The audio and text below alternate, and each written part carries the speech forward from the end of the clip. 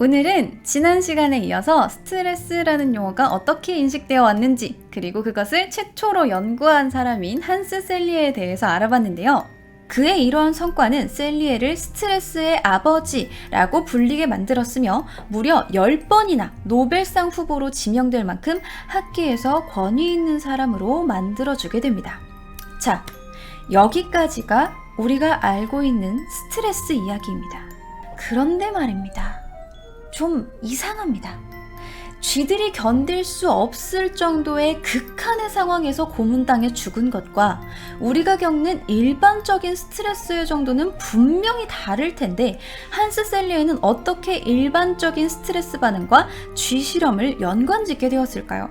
게다가 기존에 우리가 알고 있는 인식과는 다르게 스트레스라는 것이 실제로는 부정적이지 않을 것이라는 연구 결과가 제기되었는데, 이에 대해 이야기하려면 먼저 당시 스트레스 연구에 대한 숨은 이야기, 담배 회사 필립 모리스와 셀리에의 모종의 거래에 관한 이야기로 시작해야 합니다.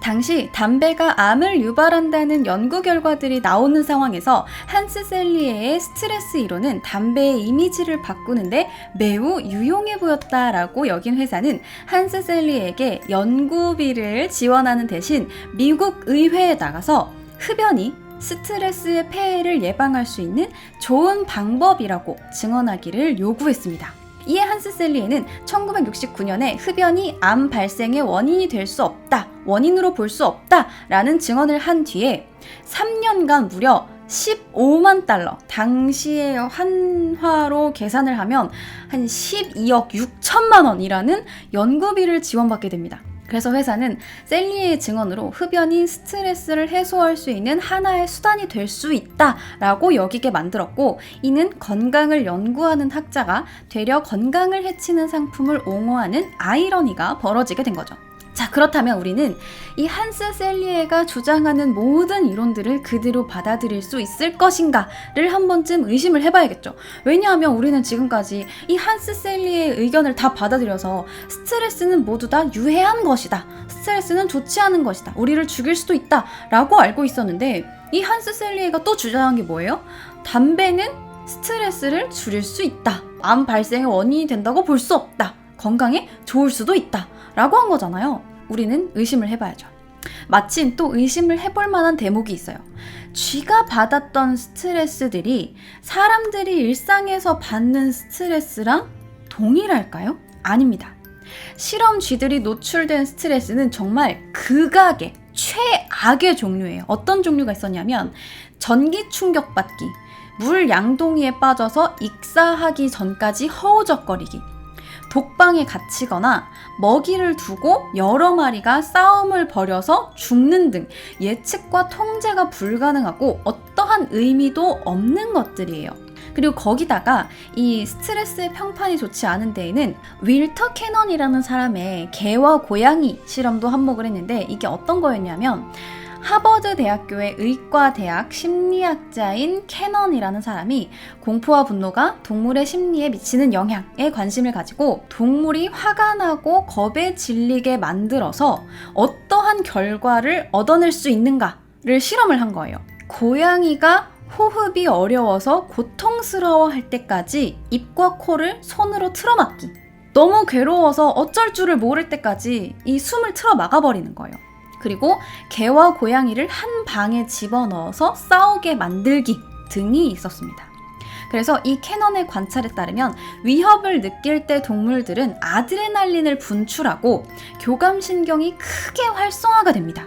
그러면 심장이 막 빨리 뛰고 호흡이 가빠지고 근육이 조여지죠. 몸은 에너지 비축량을 늘리고 면역체계를 끌어올림으로써 전투태세에 돌입하고, 이를 위해 소화기관이나 다른 일상적인 신체 기관들이 다 느려지거나 정지되게 만들어요. 그래서 캐넌은 이것을 투쟁, 도피 반응이라고 설명했습니다. 이런 변화는 모두 생존을 위해서 투쟁하는 동안 자동적으로 나타나는 거예요. 생존을 위한 투쟁 도피 반응은 개와 고양이에게만 있는 특징이 아니라 이 심장이 뛰는, 맥박이 뛰는 생명체라면 어느 종에나 존재한다고 합니다. 그런데 이 투쟁 도피 반응은 동물이든 인간이든 되게 본능적인 거잖아요. 그래서 굉장히 많은 목숨을 구해요. 그렇기 때문에 이것이 자연적으로 보존이 되어 온 거죠. 그래서 이 본능이 우리의 DNA 안에 선천적으로 입력이 되어 있는 겁니다. 우리가 지금 당장 굉장히 극한의 스트레스를 받는다거나 생명이 위험할 정도의 스트레스를 받는다면 우리 몸은 일상적인 기능들을 정지시키고 전투태세로 끌어올리는 거예요, 몸을.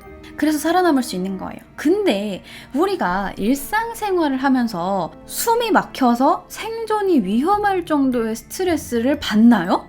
그 정도로 받나요? 아니죠. 뭔가 우리가 일상적으로 부딪히는 건 직장 생활의 고충 같은 거죠. 상사가 나를 너무 괴롭혀. 이번에 대출금을 상환해야 되는데 돈이 안 들어와. 정말 너무 스트레스다. 그런 것들이 우리가 일상적으로 겪는 스트레스예요. 그런데 우리가 이런 일상에서 도피해버리면 어떻게 되나요? 이게 자연적으로 해결이 돼요? 안 되죠. 우리는 가정이나 직장에서 갈등이 생길 때마다 도망치고 사라져버릴 수가 없어요.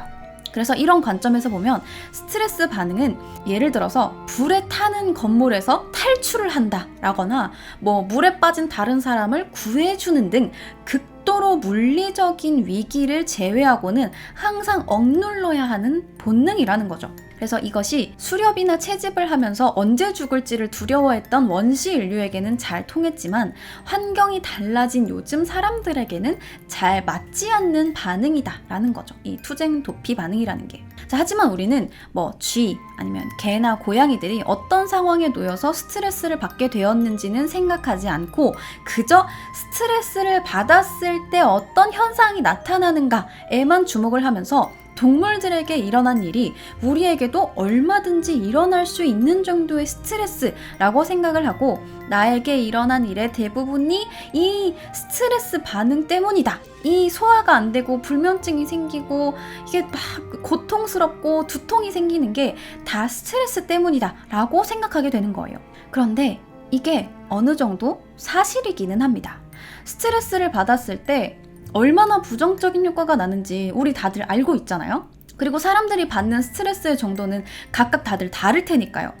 정말 너무 극도로 돈이 없고 정말 배가 고픈 사람들도 있을 수 있는 거잖아요.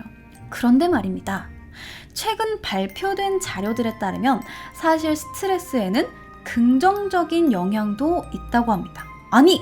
우리는 지금까지 스트레스는 만병의 근원이며 스트레스를 극한으로 받았을 때는 사망에 이를 수도 있다라는 결과를 이미 실험을 통해서 알고 있는데요. 하지만 우리는 스트레스를 받았을 때 어떤 호르몬이 나오는지에 주목을 해야 됩니다. 일단 우리 몸은 스트레스를 딱 받잖아요. 그러면 코르티솔이라는 호르몬을 분비합니다. 근데 이 코르티솔이라는 호르몬의 별명이 있어요. 스트레스 호르몬이라고 부릅니다. 이 스트레스 호르몬은 이름에 걸맞게 스트레스로 인한 신체의 반응 중 생리 기능을 억제시키는 작용을 하게 됩니다. 그래서 이 코르티솔 때문에 우리가 흔히 알고 있는 스트레스 반응이 나타나는 거죠.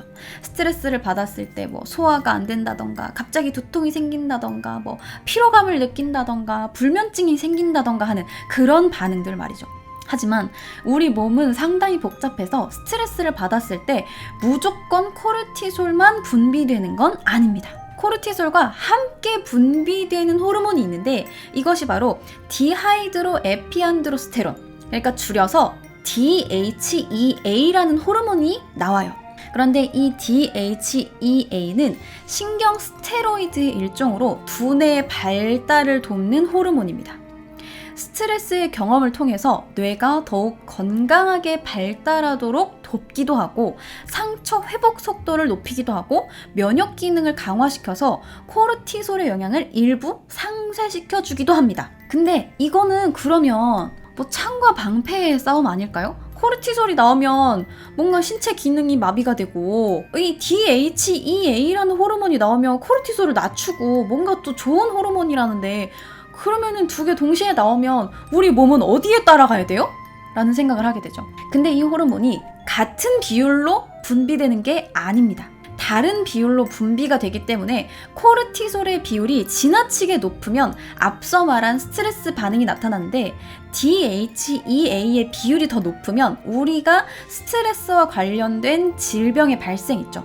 그거를 감소시켜요. 그래서 이 DHEA 호르몬을 스트레스 반응에 대한 성장지수라고 부릅니다. DHEA가 올라가면 성장지수가 높아지면 스트레스를 받으면서도 아무 문제 없이 생활할 수 있게 된다는 거예요. 왜냐하면 코르티솔, 우리 몸의 일상적인 기능을 정지시키는 코르티솔을 낮춰주기 때문에 스트레스를 받지만 우리는 아무 문제 없이 생활을 하는 거죠. 그리고 우리가 스트레스를 받았을 때 분비되는 또 다른 호르몬이 있는데 이 호르몬 여러분들 다들 아실 겁니다. 바로 아드레날린입니다. 이 아드레날린에 대한 믿기 힘든 이야기들은 꽤나 유명합니다. 뭐 아기가 자동차 밑에 깔렸는데 엄마가 막 괴력을 발휘해갖고 자동차를 확 들어서 아기를 구했다더라 뭐 하는 그런 이야기들 있죠. 그게 다 아드레날린 때문에 가능한 겁니다. 이러한 아드레날린이나 코르티솔 등의 호르몬이 분비가 되면 우리 몸은 위기에, 위험에 대처해서 싸우거나 그 상황을 피할 수 있는 힘과 에너지를 제공하게 됩니다. 때문에 스트레스를 받았을 때 생기는 에너지는 우리의 몸이 행동을 취하는 데에 도움이 될 뿐만 아니라 뇌를 막 가동시키는 데에도 상당히 유용하다는 거죠. 이 아드레날린이 분비가 되면 우리 몸이 깨어나요. 감각이 깨어나는 거야. 일단 눈동자가 팽창이 되면서 더 많은 빛을 받아들이게 되고 청각이 예민해지게 되면서 자신의 물리적 환경에 대해서 더 많은 정보를 받아들이게 되고 뇌는 우리가 감지한 정보를 더 빠르게 처리하게 됩니다. 그래서 여기저기 우리가 평소에 하는 그 정신을 파는 부수적인 행동들 있잖아. 그런 행동들이 다 멈추고 비중이 떨어지는 사안이 관심 영역 밖으로 멀어지게 됩니다.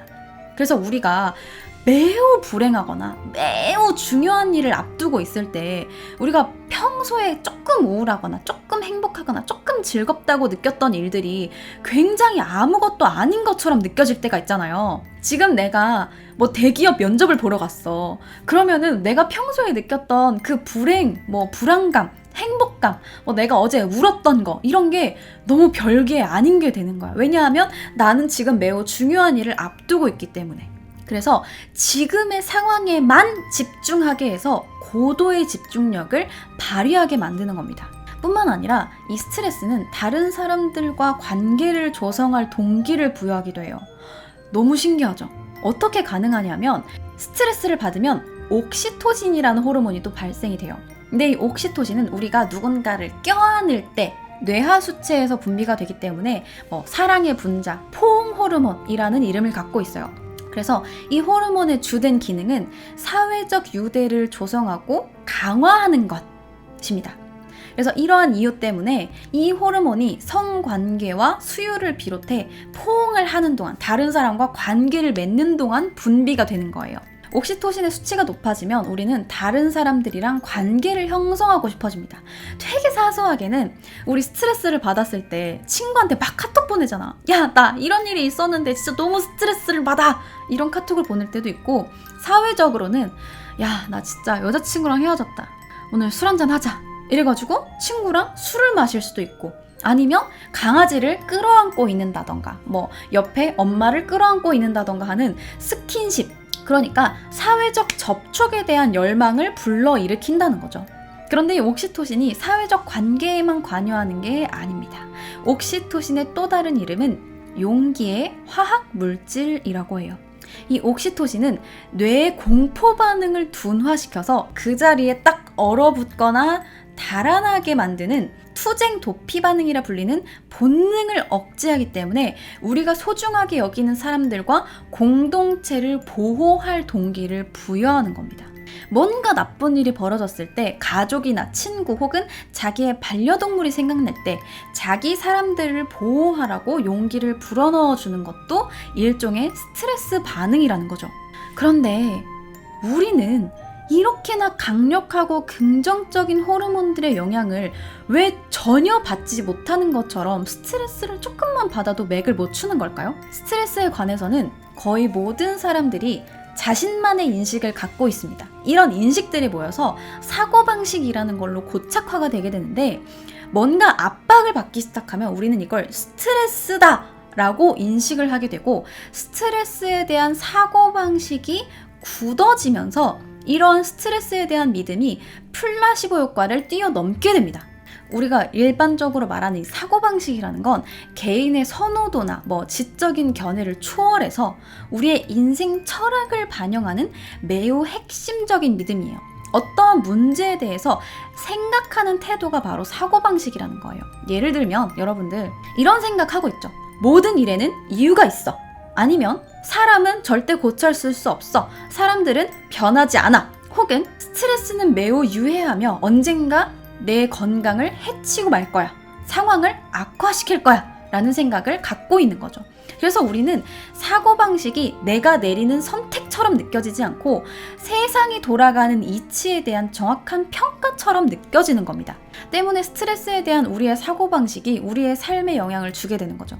스트레스가 해롭다라고 믿는 경우에도 진짜 조금만이라도 스트레스를 받는 일이 일상생활에 생기잖아요. 그러면 내 일상생활이, 내 삶이 스트레스에 침범당한 것처럼 느끼기 시작합니다. 슈퍼마켓에서 줄서기, 업무 마감일자 맞추기, 휴일에 가족 여행 계획 세우기 등등 일상적인 경험이 자신의 건강과 행복을 위협하는 요소처럼 보이는 거죠. 그러다 보면 이 경험들에 대해서 불평을 늘어놓게 됩니다. 마치 지금의 내 인생은 제대로 된 항로를 이탈해버렸고 스트레스 없는 새로운 삶이 저 어디선가 나를 기다리고 있을 것이다 하는 그런 생각을 갖게 만드는 겁니다. 지금 당장 내 이 스트레스 받는 인생은 내 진짜 인생이 아니야. 내 인생이 잘 풀린다면 저기 어딘가 내가 꿈꾸는 그 이상향이 있을 거야 라는 생각이 들게 만드는 거죠. 근데 계속해서 이러한 부정적인 심리 상태의 표출만 지속하고 있을 경우 사고 자체가 짜증에 물들게 됩니다. 그래서 나중에는 오히려 아무리 짜증을 내도 스트레스가 해소가 되지 않고 더더더 짜증나고 부정적인 심리 상태로 굳어버리게 되는 거죠. 그러니까 결국 스트레스는 부정적인 면도 있지만 긍정적인 면도 존재한다는 이야기입니다.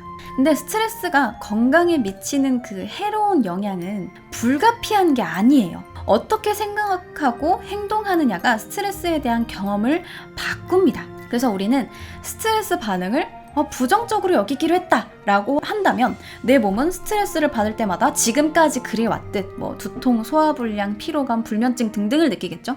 하지만 스트레스 반응을 유익하다라고 여기기로 했다면 내 몸은 스트레스를 앞으로 다가올 새로운 환경에 맞서게 해준 호르몬을 분비할 겁니다. 스트레스를 어떻게 받아들이든 그건 본인의 선택일 수 있고 금방 생각을 바꾸기는 어려울 수 있죠. 하지만 앞으로 이 스트레스로 인생이 힘들 것 같을 때 한 번쯤 스트레스가 무조건 부정적인 건 아닐 거야. 스트레스로 인해서 내가 지금 이 새로운 환경에 적응할 수도 있고 더 빠르게 대처할 수 있겠지? 라는 생각을 하게 되면 내 몸은 진짜로 그렇게 될 수도 있다는 거죠. 자, 이렇게 해서 오늘 스트레스에 대한 이야기 2부 여기서 마무리하도록 하겠습니다.